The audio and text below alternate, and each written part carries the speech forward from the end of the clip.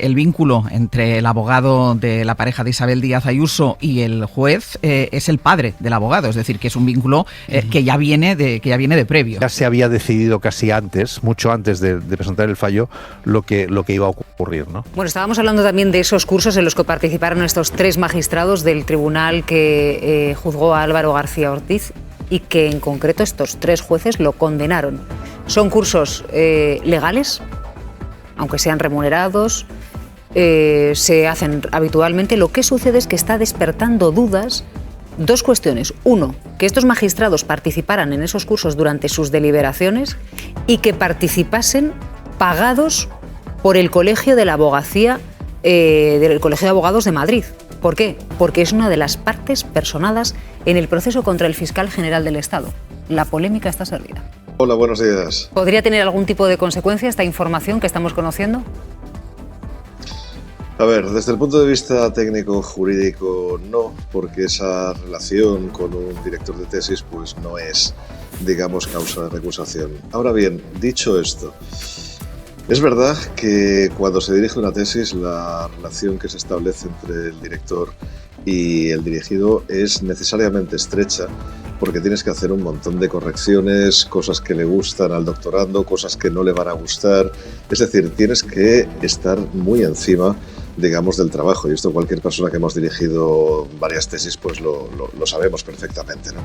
Entonces, claro, a partir de ahí, pues que esa relación estrecha derive en una amistad o derive incluso en una enemistad, pues es algo que es frecuente, la verdad. O sea, es decir, no se puede descartar ni muchísimo menos. Por tanto, la idea es que esto no es causa de recusación, es decir, no tenía por qué abstenerse, pero desde el punto de vista estético, desde el punto de vista, digamos, de las apariencias de imparcialidad, desde luego se le puede poner un pero, es que es inevitable ponérselo si uno conoce cómo funciona este mundo.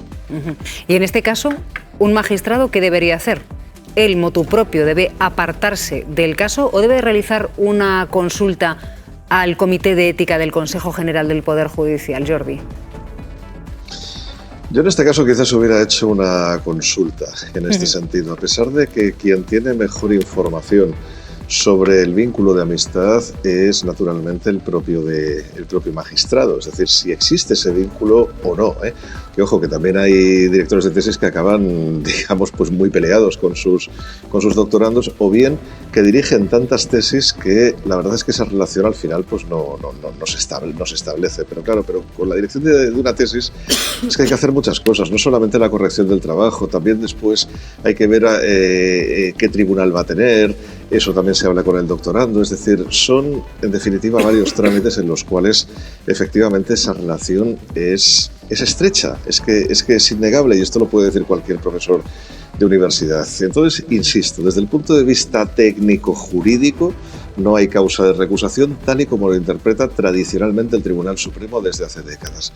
Ahora bien, yendo un poquito más allá, desde el plano de las apariencias, pues hombre, tener ahí a un abogado al que le has dirigido la tesis, claro, no parece, digamos, pues lo más defendible desde cualquier punto de vista, desde el punto de vista, digamos, de la más estricta observancia de la imparcialidad.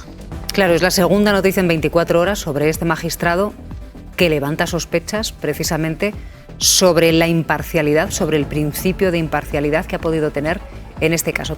Era un recurso de casación. El análisis de esto por si hay algo normal en este juicio. Primero, la rapidez del fallo, la tardanza en la redacción de la sentencia, pero después, en este periodo en el que estamos esperando conocer los argumentos de la sentencia, vamos conociendo algunas de las actividades y algunas de las relaciones establecidas previamente entre algunos de los protagonistas del juicio, que bueno, hay mucho por analizar y mucho por comentar. El fallo, y hablábamos también de las últimas novedades que vamos conociendo, de las actividades paralelas de algunos de los miembros que formaron ese tribunal, su presidente y otros 2 yendo a ese curso que pagaba una de las acusaciones, el Colegio de Abogados de Madrid, pero también la vinculación de algunos de los miembros del tribunal con algunos de los protagonistas del juicio, porque han sido codirectores de tesis, tanto del abogado, por ejemplo, de Álvaro García Ortiz, uno de ellos.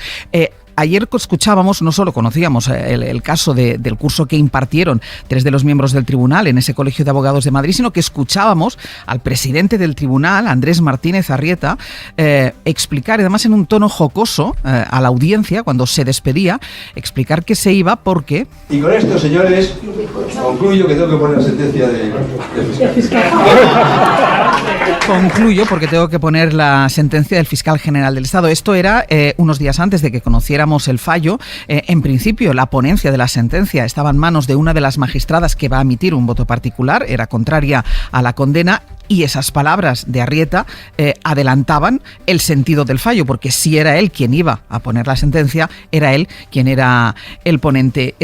Yo no sé si esto es punible, si no es punible, si es lo que no es seguramente es ético, Gonzalo. No, desde luego que no. Anticiparse así a los procedimientos en la esfera pública, aparte con el tono irónico y jocoso y el chascarrillo que le resta totalmente credibilidad y legitimidad, me parece que no es razonable. Me parece que no es razonable desde luego este manejo de los tiempos, porque por mucho que sea legal, todos podemos entender que para motivar una sentencia se necesitan conocer el conjunto integral de las pruebas y de los testimonios. Esa idea de que ya se empieza a deliberar desde el primer día no es correcta. ¿Se puede deliberar? Claro que sí, se pueden intercambiar de pareceres, pero la motivación tiene que darse conociendo el conjunto del procedimiento. Y por lo tanto, no puede ser que la sentencia se diera tan rápidamente y que se dijera, no, ya es que ya nos lo habíamos pensado poco a poco, ¿no? Eso no puede ser. Este manejo de los tiempos tiene como finalidad o está generando como efecto una legitimación pública de la sentencia, es decir, se está generando corrientes de opinión casi en términos deportivos de victoria y derrota, y por lo tanto eso es lo que ampara ahora al Tribunal Supremo a motivar su sentencia, y esto es lo que jamás debería hacer, y deberían ser muy conscientes de para qué sirve, de lo importante que son los tiempos a nivel jurídico, a nivel procesal, en todos los ámbitos. Y en segundo lugar, la cuestión del tráfico de influencias, el conocimiento, el abogado. Vamos a ver, hay ámbitos en los que se maneja influencia, se maneja poder, se manejan capacidades de promoción y otra serie de cuestiones, y que por lo tanto requieren una especial cautela. No hace falta ser especialmente malvado o corrupto, sino que sencillamente en la medida en que ese poder y esa relevancia y esos privilegios están ahí, es necesario tomar cautelas. En la universidad las hay, desde luego que las hay, antes lo hemos dicho.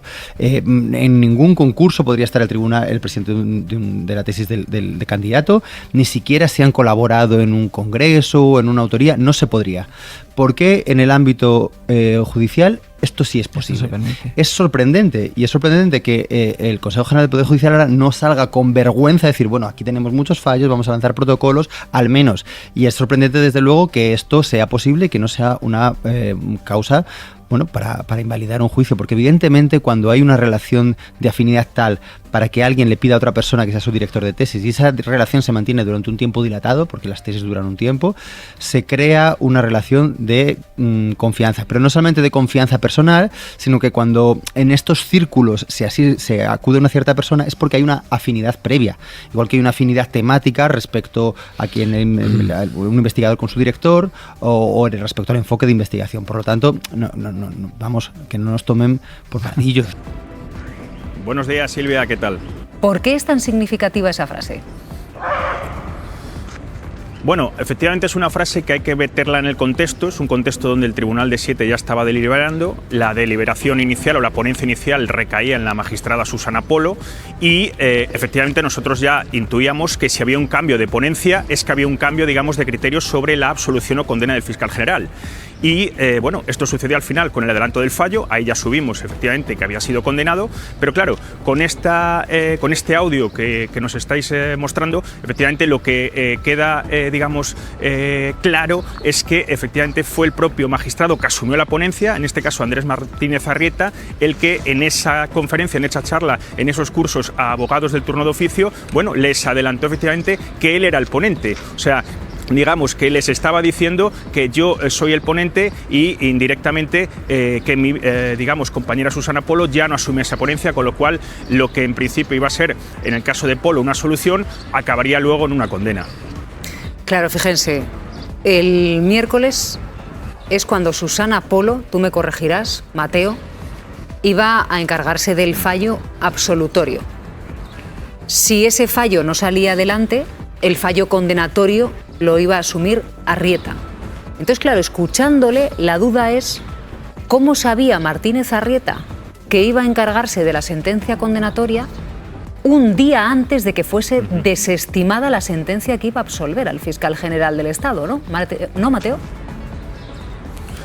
Sí, lo que esto demuestra, Silvia, es que es algo que ya intuíamos, y yo, por ejemplo, ya he reflejado en alguna de mis crónicas, que durante el juicio ya estaban deliberando. O sea, la deliberación no empezó al finalizar el juicio, después del visto para sentencia. Probablemente durante el juicio ya estaban deliberando. Se suele hacer por bloques cuando una sentencia o un juicio es largo, cuando quieren, digamos, poner los hechos más relevantes por bloques, ir deliberando punto por punto y llevar el trabajo, digamos, hecho al visto para sentencia. Esto demostraría efectivamente que durante el juicio ya se tenía una decisión tomada con respecto a la condena. Eso por una parte. Por otra, después llama la atención, por ejemplo, cuando el abogado de Alberto González Amador defendió su alegato de acusación contra el fiscal general, el presidente Martínez Arrieta, yo lo recuerdo perfectamente, fue muy, le trató de delimitar mucho el tiempo que tenía para exponer, fueron 30 minutos, al final lo amplió a 40, incluso cuando se pasó de los 40 no le dejó prácticamente acabar, tuvo que acabar de forma atropellada, o sea que no les interesaba tanto lo que decía quien tenía que aportar la carga de la prueba como lo que ellos ya conocían o tenían ya más o menos deliberado de lo que iba a ser el sentido de la sentencia. Sería esto último un buen tema para debate, ¿no? Por ejemplo, ¿por qué existe tanto temor dentro de los jueces a que cambie el sistema de reclutamiento? Esto es lo que prevé la ley Bolaños. Y entre otras cosas que se acabe con estos padrinazgos que se producen a partir de la preparación de oposiciones que crean unas relaciones paternofiliales en muchos casos, pero en todo caso de camarillas y una especie de red de telaraña dentro del propio poder que hace que cuando uno forma a uno, ese uno ya forma parte de tu red para toda la vida. Yo creo que ese tipo de cosas habría que corregirlas, no solamente lo que tiene una proyección académica, sino lo que tiene incluso una propia proyección corporativa. Pero independientemente de eso, que espero que los legisladores lo contemplen y sean más vigorosos y no se dejen intimidar por el frufru de las togas callejeras. En este caso, pues lo que ocurre con todo esto, por mucho que nos esforcemos y por mucho que se esfuercen dentro del propio tribunal explicando su itinerario laborioso, yo creo que no está convenciendo a nadie, ni siquiera el hecho de que esté llegando a todas las redacciones el ejemplo de la manada para convencernos de que eso es normal. Mire usted, esto no es normal lo que está ocurriendo. Y no me refiero ya a lo escatológico de las palabras del presidente, en este caso el ponente actual de la sentencia, que utiliza precisamente el verbo poner. No dice me voy a redactar, no, utiliza el verbo poner. Entonces, porque ponente evidentemente viene del verbo poner.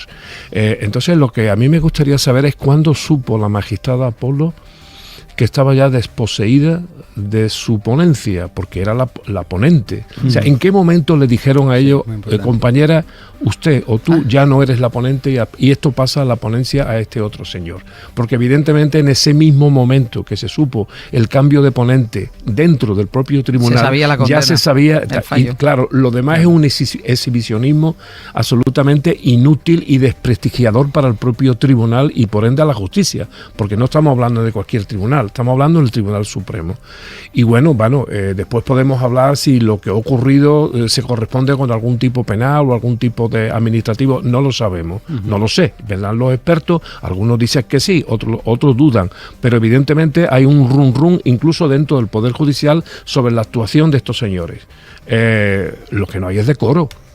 O sea, y desde luego si el Tribunal Supremo, en un caso tan importante, tan insólito, inaudito en otros derechos comparados en Europa, no digo ya en Estados Unidos, esto ocurre, ¿qué nos puede ocurrir a todos? Falta de decoro, falta de estética y falta de higiene democrática en el planteamiento y exposición de todo lo que estaba ocurriendo en un caso tan grave. Aquí lo que realmente es muy grave del comentario del señor Martínez Arrieta es que con esa expresión jocosa estaba diciendo que la sentencia ya estaba en marcha y que tenía un sentido esa sentencia, porque estaba diciendo que la ponente, la Susana Polo, no sería la que redactaría esa sentencia. Yo creo que eso realmente, desde mi punto de vista, es grave, porque, digamos, sitúa acaba con esa lógica que decía muy bien antes Gonzalo, que es que, digamos, ya se había decidido casi antes, mucho antes de presentar el fallo, lo que iba a ocurrir, ¿no? Y a mí eso sí que me resulta especialmente significativo. Y claro, los tres habéis comentado esta relación que se establece por el tema de oposiciones, por el tema de preparación, la relación que se establece, y tú hablabas incluso, Joan, de ese colegio mayor, donde se concentran buena parte de los que se preparan para opositar para magistrado, pero el hecho es que hay una ley que intenta cambiarlo, que se pone sobre la mesa, que es la ley Bolaños. Primero, que hay una parte política que evidentemente va a votar que no el día que llegue a la votación, pero después hay una parte judicial y lo hemos visto. O sea, hemos visto cómo los jueces se manifiestan en contra de esto. Y no tienes que dejar de lado de que esa ley lo que pretende también es de alguna manera democratizar el acceso al ámbito de la justicia, porque esto es muy caro, llegar, o sea, hacer todo el proceso de preparación, etcétera, de oposiciones, necesitas, digamos, dinero para poderlo hacer, y eso no está al alcance de todo el mundo. Por lo tanto, esto también sesga el tipo de persona que acaba siendo o no de la carrera judicial. Esta mañana leía que el vínculo entre el abogado de la pareja de Isabel Díaz Ayuso y el juez es el padre del abogado, es decir, que es un vínculo que ya viene de previo. Sí, hay elementos dinásticos. Exacto. Casi. Sí.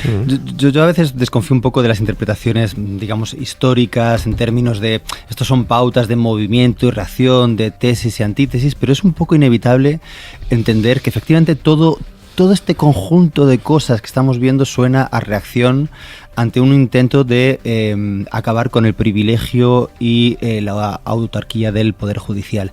Y quiero recordar una cosa en relación a esto. ¿Quién fue quien, en primer lugar, puso en duda este privilegio del Poder Judicial y empezó a hablar de la necesidad de que todo el mundo pudiera acceder a la carrera a través de becas y a través de una apertura de la carrera? Pues fue, y esto es fácilmente comprobable en las hemerotecas, fue Podemos. Fue Podemos, y es una de esas reivindicaciones que después el PSOE más o menos ha ido asimilando y que la ley Bolaños en cierta manera parcialmente cristaliza. Esto lo digo ¿por qué? Porque me parece que la reacción es furibunda a ese intento de desarticular, como decimos, ese hecho de que desde la transición hasta la fecha es el único poder que ha seguido de alguna manera en una esfera de privilegio, de impunidad y que se sigue retroalimentando. Pero en términos generales diré, con todas estas excepciones, que una de las características de este corporativismo judicial es que los jueces no se piensan la toga. Y claro, eso es peligrosísimo, porque ellos mismos saben del poder intimidatorio que tienen, que muchas veces no se atreven a ejercer un derecho y una obligación que tienen también como jueces, y es que ser críticos con su propio poder. Y no lo hacen, porque, insisto, porque los jueces en general no se pisan la toga, como los bomberos la manguera. ¿Tú cómo lo ves, Fátima? A ver, yo creo que del Moral, que es magistrado del Supremo, creo que desde el 2019, va a ser cuestionado y bueno, tiene que ser cuestionado porque su trabajo es público.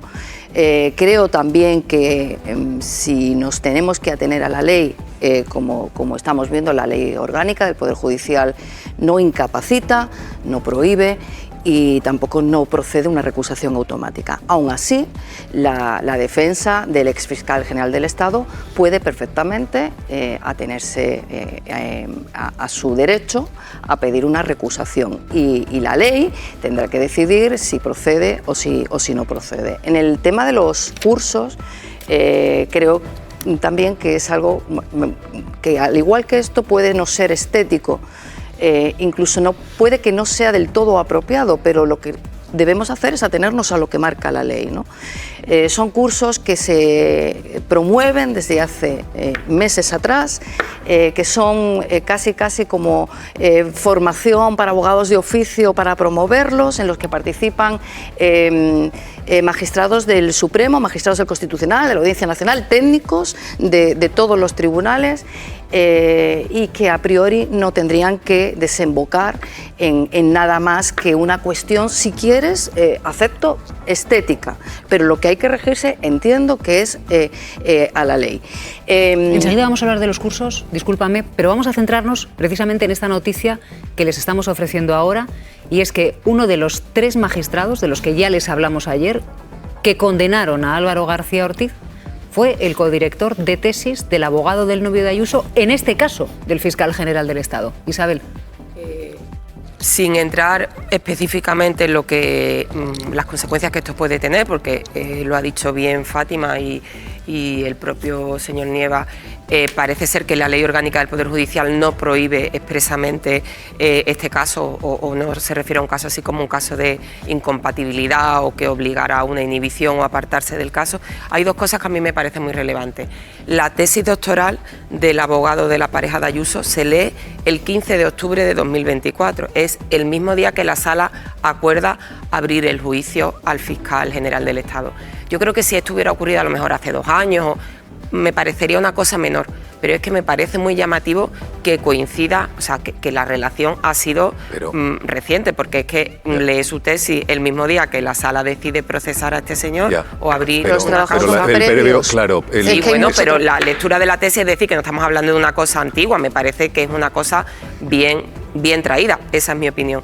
Y después es verdad que la Ley Orgánica del Poder Judicial no prohíbe esto, pero sí que establece otros casos. Si estuviéramos hablando de presentarse a un puesto de trabajo en una universidad, de ser tribunal en algún tipo de puntuación para optar a una plaza pública, estaría expresamente prohibido. O sea, que admite que una relación se establece. Evidentemente, si no hay ningún motivo legal que prohíba que este señor se aparte, no hay ningún motivo legal que prohíba que este señor se aparte y hay cauces establecidos para que se recuse si el abogado del fiscal lo entiende así y nada más que decir. Yo creo que es un procedimiento normal, pero a mí se me parece llamativo la cercanía en el tiempo, la verdad. Puede ser casual y seguramente lo será porque finalmente la fecha de defensa de tesis es el final de todo. Dura no menos, el proceso de elaboración de una tesis, no menos de 3-4 años, siendo muy generoso y teniendo mucho tiempo para dedicarle. La figura del codirector no es tampoco la del director, también habría que ver exactamente en calidad de qué codirector, si es una parte técnica y es simplemente un apoyo externo para cuestiones específicas que quien tiene el perfil de director bastante más académico no controla. Que no lo sé, simplemente son algunas preguntas que tampoco desconocemos qué tipo de relación han por eso, tenido. Claro, entonces, otra cosa no todo el mundo tendrá la misma relación con su director y codirector de tesis, y hay algunas que acaban como Os el estáis rosario. Enrollando mucho con la tesis cuando la pregunta es si debería haberse apartado el magistrado. Claro. Pues entonces dejo de enrollarme con esa parte y respondo. Estéticamente no queda bien. Procesalmente creo que no toca porque de hecho en tribunales uno puede concurrir y tener como tribunales, como miembros del tribunal, a otros profesores con los que uno ya ha publicado y no hay nada malo. Digo, pero en un caso además especialmente complejo como este, delicado, donde sabían que deberían ellos mismos haber revisado todo, que fuese impecable. ¿No llama la atención que en 2 días estemos conociendo y desvelando por parte de este programa informaciones que muestran que estéticamente es feo y que además afecta al principio de imparcialidad de al menos 3 de los magistrados que lo condenaron? Pues si es que lo inquietante es la reacción de ellos. Lo inquietante es que no lo haya contado él, porque si él hubiera hecho una consulta, como decía antes el experto, si hubiera hecho una consulta, oiga, esto pasa, yo tuve, y además no tendríamos que especular, porque él contaría con detalle qué relación tuvo en la tesis, que oiga, yo tengo esta, yo creo, porque se puede hacer así, ¿no? Habría sido una buena forma de proceder. Yo creo que no me inhabilita, pero quiero que el tribunal conozca por lo menos que yo para tengo que quedara esto. por escrito que por mi parte yo no quiero ocultar nada, que nadie interprete que si después el veredicto no gusta, hay que buscar otra cosa, aquí está y me dijeron por eso digo que a mí problemas. lo que me inquieta es la actitud de ellos, y en el otro caso lo que me inquieta efectivamente es muy exagerado pensar que un juez del Supremo va a cambiar su idea de una condena por 400 euros en un curso, pero es muy inquietante pensar que estos 3 jueces no creen que un curso en la semana del principal querellante, en la semana del Colegio de Abogados, en la semana en la que están deliberando, hombre, pues es feísimo. Entonces, que no digan, mira, yo lo siento, tenía comprometido este curso tal, pero como comprenderéis, como nos pasa a los periodistas, que alguna vez pues sucede algo, tienes unas jornadas, unas cosas que tienes comprometidas, pero sucede algo muy relevante y la gente te entiende. Pues yo creo que si hubieran dicho, oiga, lo siento, pero justo este año, esta semana, en plena deliberación, no vamos a hacer el curso, hombre, creo que lo habría entendido todo el mundo. De verdad, que no se planteen esa duda. que no se planteen que en esa semana no tienes que hacer ese curso, a mí me inquieta. Que no se planteen que tenga que decirle al tribunal, oiga, que tengo este problema de esta relación con este abogado, a mí es que me inquieta que no tengan ellos mismos esas ganas de ser impolutos y de ser perfectamente transparentes. No bueno, yo personalmente, ya lo dije aquí en este programa, hablé con el magistrado del Moral y él lo que dijo es que no veía ningún problema de incompatibilidad. Incluso no, viéndolo actualmente con los ojos de hoy en día, que si echa usted la vista atrás, magistrado, yo no veo ningún problema, dijo.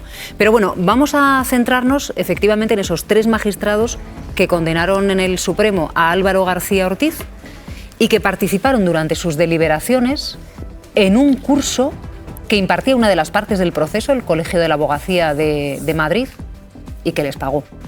Un curso en el que, además de lo que hemos visto estéticamente cuestionable hasta aquí, junto con el principio de imparcialidad que se ha cuestionado, el presidente de la sala que condenó a Álvaro García Ortiz dijo esto. Y con esto, señores, concluyo que tengo que poner la sentencia de... Y la duda está creciendo sobre si con esa frase el magistrado Arrieta, presidente de la sala del tribunal que condenó al fiscal general del Estado, reveló un secreto. Mateo Balín, muy buenos días. Y yo desde ese punto de vista vuelvo a insistir en el tema de la estética, ¿no? Es decir, no sé hasta qué punto pues se ha respetado todas las formas que hay que respetar en estos casos, ¿no? Y eso, vuelvo a decir otra vez, que desde el punto de vista de las apariencias no es favorable, desde luego que no. ¿Cómo lo ves tú, Ana? Es que en democracia es clave preservar y alentar la división de poderes. Esto lo recordaba precisamente ayer el historiador y catedrático británico Timothy Garton en el diario El País, en un artículo recomendable de lectura obligatoria que yo ya tengo mis favoritos. El título era muy elocuente, la última oportunidad de la democracia para blindarlas contra el populismo, y propone 7 medidas para reforzar el Estado liberal frente a las erosiones que se están sufriendo, por ejemplo, desde propios dirigentes como Donald Trump. Y le dedica un apartado especial a la necesidad y la urgencia de que los poderes judiciales sean independientes. Ahora bien, otra cuestión es que la ciudadanía no podamos cuestionar acciones, decisiones o actuaciones de la esfera judicial, porque en democracia, como en el Imperio Romano, la mujer de César no solo tiene que ser honesta, sino que parecerlo. Y por eso a mí me gusta mucho la idea de nuestro también experto, la estética, porque si quienes imparten la justicia no aplican el mismo rigor técnico, ¿qué efectos tiene? Pues que la confianza en la justicia en España está por debajo de la media europea. Y vuelvo a los datos, Eurobarómetro de 2025. Solo un 39% de los españoles y españolas confían en la justicia. Son 15 puntos menos que la media europea. Pero ¿sabes lo sorprendente? Que es la misma fotografía que hace 10 años. Solo remonta la confianza en la justicia en octubre de 2019, donde por primera vez en la última década más de la mitad de los españoles confían en la justicia. A mí me gusta una de las frases del catedrático británico que dice no basta en democracia solo con normas, sino que necesitamos que las instituciones parezcan tan irreprochables como esperamos que sean.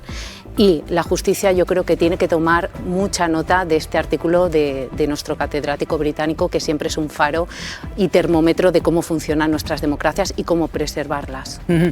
Jordi, ¿pueden los jueces comentar a terceros cuándo comienzan las deliberaciones? ¿Cuándo comienzan? Sí. Lo que se habla en las deliberaciones, no. Eso es muy importante. Eso es muy importante. Es decir, las deliberaciones tienen un deber de secreto absoluto. Y eso sí que es una falta, vamos, muy importante, el hecho de poder confiar esos datos a terceros, ¿no? Lo que pasa es que, claro, cuando se confían estos datos a terceros, pues pocas veces trasciende, ¿no? Es decir, hemos sabido pues que ha habido magistrados pues que han hablado con su entorno personal, han hablado con periodistas, han hablado, pues en definitiva, con diversas personas y Y gracias a eso, pues a veces hay algunos que nos hemos enterado de algunas sentencias importantes antes de que fueran dictadas y luego efectivamente el fallo ha coincidido con esos rumores, que por cierto a mí cuando me han llegado no los he comentado porque a mí me gusta ayudar, digamos, a ese secreto de las deliberaciones. Pero claro, el hecho de, vuelvo a decir, ¿no? El hecho de que se actúe con una cierta, no sé, excesiva tranquilidad, es que no quiero decir ningún término grueso, ¿no? Porque no merece la pena, ¿no? Pero que se actúe con una excesiva tranquilidad, con cosas que en definitiva son tremendas y que además estás en el Tribunal Supremo, es decir, que no es un tribunal cualquiera del país, ¿no? Pues claro, es un poco lo que de alguna forma puede causar un cierto desasosiego, ¿no? Decir, hombre, estamos ante el tribunal más importante del país, tiene que respetar escrupulosamente las normas como ningún otro, ¿no? Y aquí estamos viendo pues pequeños datos, ¿no? que van sumando una sensación que, insisto, no es favorable. Es decir, ninguno de esos datos por separado realmente pues tiene una relevancia tan grande. Pero claro, sumas uno, luego sumas el otro. Luego la tesis, luego ahora esto de voy a poner la sentencia, ¿no? Insisto, es que todo esto jurídicamente no tiene una relevancia con las leyes en la mano, pero desde el punto de vista de las apariencias, como vuelvo a decir, y ojo, las apariencias también son derechos según el Tribunal Europeo de Derechos Humanos, y eso es innegable, pues claro, es algo verdaderamente cuestionable.